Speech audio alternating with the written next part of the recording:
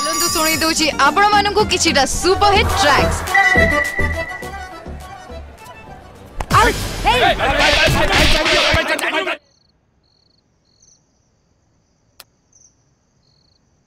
आम एतिकी एते रागी जाऊे हेले आपण माने जानिछंती आम देश रे प्रत्येक घंटारे 4 जनक सह दुष्कर्म होउछि।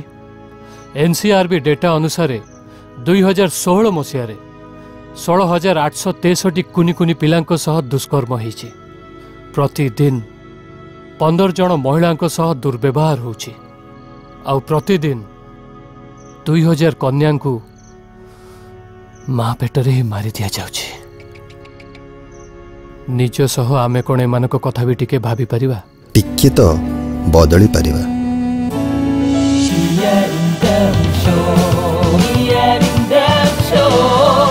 केवल MBC टीवी रे।